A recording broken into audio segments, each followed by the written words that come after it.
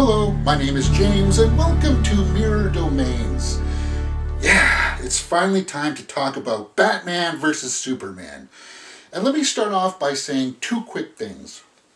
One, I know it's becoming a trend to bash this movie right out of the gate. I don't like that because it's sort of like bandwagon jumping just to get views. I'm not going to do that because I kind of actually enjoyed the film. Number two, I have not read the comic books. I have not seen the cartoon that this is supposed to be based on. So I don't have any preconceived notions or expectations as to what this film was or supposed to be. And I feel like that's where a lot of the criticisms are rooted in, because I feel like a lot of the people who have seen it and who are making videos have seen the source material and have this idea of what the movie should be about. And for me, since I don't know what it's supposed to be about, I enjoyed what they put on the screen. Alright, let's start off with a little bit of a setup here. The movie opens up with Batman's story and how Batman witnessed the fight between Superman and Zod at the end of the first film. And it just basically set up how Batman is going to be relating to this universe. And I thought it was really well done. Okay, the things I really liked. I liked Ben Affleck as Batman and Bruce Wayne. I liked Jeremy Irons as Alfred. He had some of the best lines in the movie. I really liked Gal Gadot as Wonder Woman. Whenever she was on the screen, she just locked me in. I had my doubts going in, but she sold me. She has this subtle accent to her lines. I like that. And she fights really cool at the end, too. I liked all of her action sequences. The fourth thing I liked about this is I actually liked Jesse Eisenberg as Lex Luthor.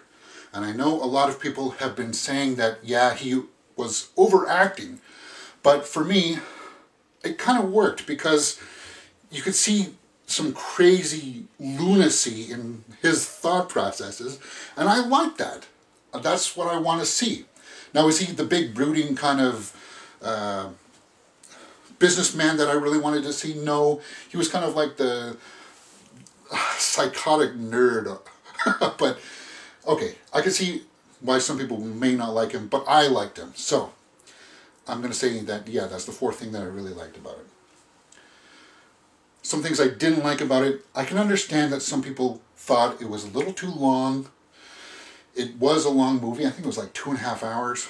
They could have cut out some stuff that helped set things up in the first act or so. Yeah, it was a bit long. But that's just a minor quibble because I like this universe. The other thing that people are complaining about is that it felt too choppy. Like, it jumped story parts in, and it didn't do a very good job of explaining how. Okay, I guess if you weren't paying attention, then I could see how you can say that. But since I was paying attention, I actually enjoyed the pacing. I liked the little breaths that we took with dream sequences. It gave moments for characters like Batman and Superman to reflect. Okay, all right. Let's talk about my score sheet. Acting, directing, and story are out of a possible 2 points each. Because I liked Ben Affleck as Batman, I really liked what Lois Lane was in this film. Amy Adams did a fantastic job. I liked Jesse Eisenberg and I liked Jeremy Irons, so that's more than 2 performances. I got to give acting a full 2 points. Directing. As I said, there were a few pacing issues. Yeah, the tone does go off a little bit. So for that, I gave directing 1 point. The story, how could you not want to see a story about Batman fighting Superman? Yeah, granted, they take a little bit of time to set up the bad guys such as Lex Luthor and what he's doing, but I think I'm going to like seeing those scenes even better when I see it for the second time. So for the story, I gave it 1.5. Cinematography and score are out of a possible 1 point each. The cinematography, despite some of it being heavily influenced with CG work towards the end, I still liked the imagery that they were able to capture.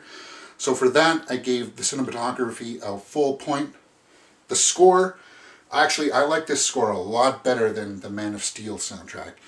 It had notes of it sprinkled throughout, and I liked the fight bombastic quality of it towards the end. They had like a drum symphony almost performing it. I think they did. I think I saw that in the credits at the end. Like the drums were fantastic. So for that, I gave the score a full point. Watchability factor, yeah, you will want to see this more than once. Even if you had some problems with it, I still think you will want to see it more than once. So for that, I gave it a 1.5 for the watchability factor. Adding all that up, that is an 8 out of 10 for Batman vs. Superman: Dawn of Justice. If you want to see how my score sheet works, click in the cards.